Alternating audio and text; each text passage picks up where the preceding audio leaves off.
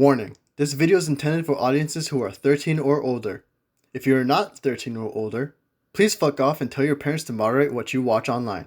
Alright, so I like how they have the time and effort to edit Gemba out of the opening now that he's no longer part of the Boonboomger team, right? But they don't have the time, the effort, or the money, I guess, to refilm the opening to include Sakito, right, in the opening, and he still has to appear in like or not the opening, but like the ending at least, right? And he starts to appear like shitty little pop-in circles, right, in the ending. Right, they had time to do that, but they didn't have time to actually change or redo the ending. I feel like you would redo the ending now that you have the Sixth Ranger in, and right, and you would include him part of the team. But no, he's just dancing in his own little void circle, right? But Gemba's no longer part of the team, but he's still there. You know, I guess because the actor is still contractually obligated to appear in the show. You know, you can't just have it right off the show, right? So yeah, hey, it's Bakuage Sentai Boonboomger episode 28, shaking off the light. So Gemba's gone. I honestly thought that they were going to do some stupid little V Cinema announcement like episode Genba, right? What the fuck he was doing while he left the team. It's like what happened in Kyuranger when the Orange Ranger the other Ranger who also happened to be Orange left the team for a few years. Like, yeah, man, I'm doing my own off-screen adventure, you know, where I go kill my brother, but I found out that my brother did everything in the name of peace and that he has burdened all this responsibility on him. Right, but yeah, hey, man, that's man, I don't want to get on this Kyuranger rant discussion real quick, but yeah, Gemba's gone, right? He is, I guess, yeah, man, hey, man, I gotta do my revenge killing now, right? I don't know what detail. I don't have a real plan, right? For my thing. I just have to kill him, and this doesn't. And, like, this argument he has is, like, really bad. I don't know what he really intends to do with this thing, right? It actually makes no sense, right? So, he's like, yeah, I'm just leaving. Good luck. You know, yeah. Good luck, you know, right? Boy, man, I hope, what's his name doesn't come in and kill you or whatever. Yeah, that'll be real bad. Right, I don't have time for this.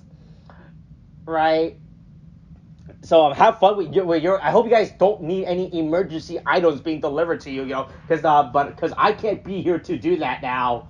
Right, so whatever.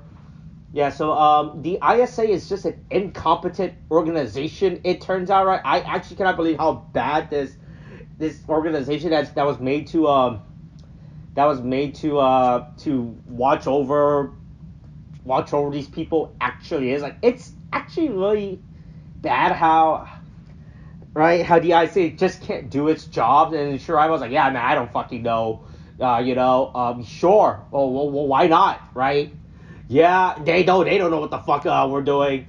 But you know what? This alien robot that I want to bang says I'm doing a good job. So I guess that worked for, you know, if given the, I would sell out my country's secret if I could bang this alien robot, you know, is what I think is Shiraiba is thinking, you know, right? She is really down bad for Bunderes, you know, right? So I like how even though Gemba is out of the picture, like out of the team, everyone can still call him, and he's still accepting their call. I don't know why he would be if he really wants to be on the run, be in hiding, like, hey, you know, right, and everything's like, hey, man, don't contact me. I'm off doing my murder mission that I don't really have a plan for, you know.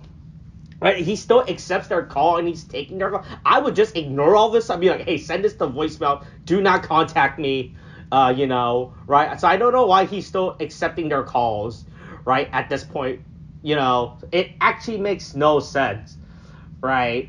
That he would be accepting their call. He should outright just either answer the call, but don't say anything or acknowledge them, you know, and have them fill out their grievances with him, right? Have them have their little discussion what they want to say and just be like, but he should not actually be talking to them, you know, right?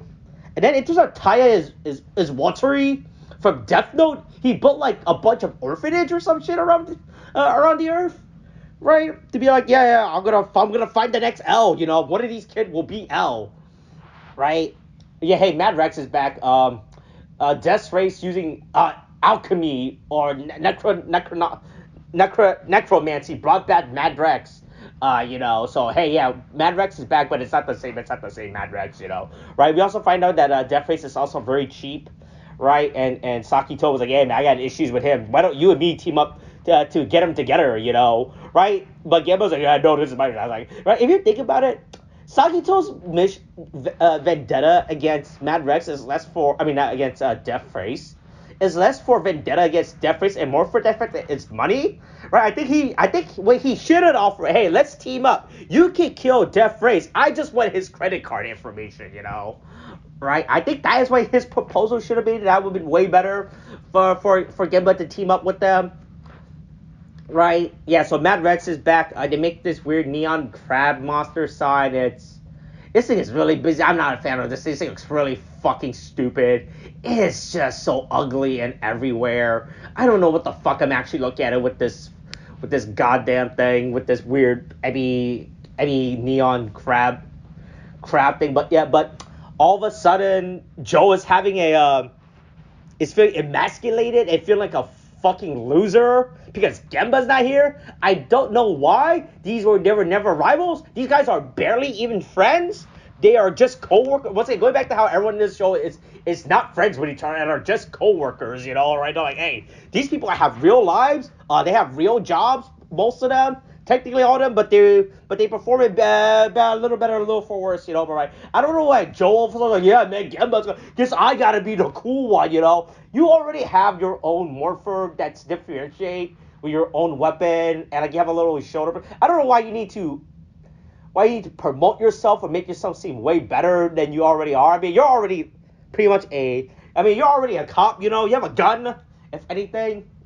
Right, but I don't know why Joe also needs to show himself off now that Gemba's gone. It's not like Gemba was taking his spotlight. If anything, it would more be like Sakito who was taking his spotlight the entire time, since he's actually differentiated enough from the team, right, with his own unique morpher that isn't based on the Boom Boom Changer or whatever. But yeah, they killed the crab thing, right? I don't give a fuck about this crab.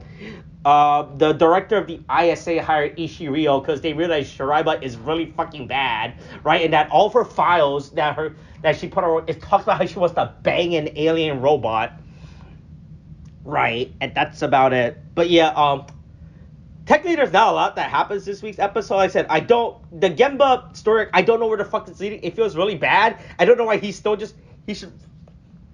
realistically just still be part of the team working to defeat Death Race at the exact same time. I don't know if there's like an actor scheduling issue or whatever, right? But yeah, this week's lesson is, hey, if you see an emergency vehicle, move the fuck out the way. Move to the side. Hey, funny story that happened to me earlier this week or last week when I was driving somewhere, and there was and we were at a red light and a fucking ambulance was behind us, like, hey, and we all had to move out the way. That's a good lesson, That's important. Know that stuff.